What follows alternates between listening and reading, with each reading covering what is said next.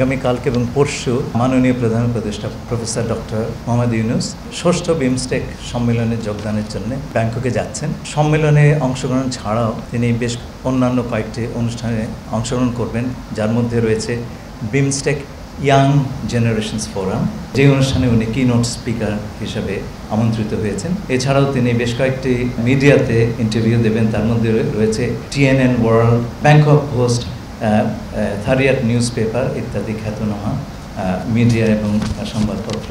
এইবারের বিমস্টেক সম্মেলনের কয়েকটা বিশেষ গুরুত্ব রয়েছে। প্রথমত, বিমস্টেক গত 25 বছর ধরে এক্সিস্ট করলেও তার কর্মকাণ্ড আরও বিস্তৃত হবার এবং শক্তিশালী হবার প্রয়োজনীয়তা রয়েছে, এবং সেই উদ্দেশ্যে বিমস্টেক ব্যাংকক ভিশন 2030 এই কৌশলপত্রটি এইবার সম্মেলনে গৃহীত হবে।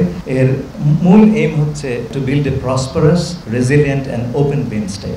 আর প্রায়োরিটি এরিয়াস হচ্ছে অর্থনৈতিক প্রবৃদ্ধি এবং আপনার দারিদ্র্য নিরসন, crisis prevention, environmental sustainability, inclusive regional cooperation through strengthened connectivity, trade, disaster response এবং ক্লাইমেট অ্যাকশনস। এছাড়াও রয়েছে পিপল টু পিপল কোঅপারেশন।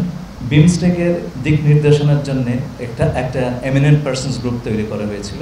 তার রিপোর্টটি এই সম্মেলনে অ্যাডপ্টেড হবে এবং সেখানে 7টি কর্মক্ষেত্র আইডেন্টিফাই করা হয়েছে অ্যাজ ফোকাস এরিয়াস। এগুলো বলা হচ্ছে 7টা pillar: agriculture and food security, connectivity, environment and climate change, people to people contact, science, technology and innovation, security, trade and investment and development.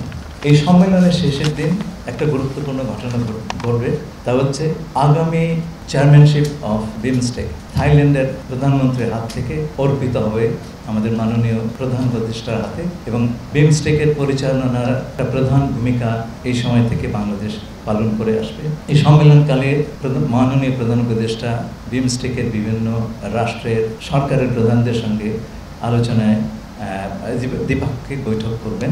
এছাড়াও উনি 2টি এগ্রিমেন্ট এবং MOU সাইনিংয়ের সময় উপস্থিত থাকবেন। পরশুদিন অর্থাৎ 4 এপ্রিল উনি ঢাকার উদ্দেশ্যে রওনা দেবেন।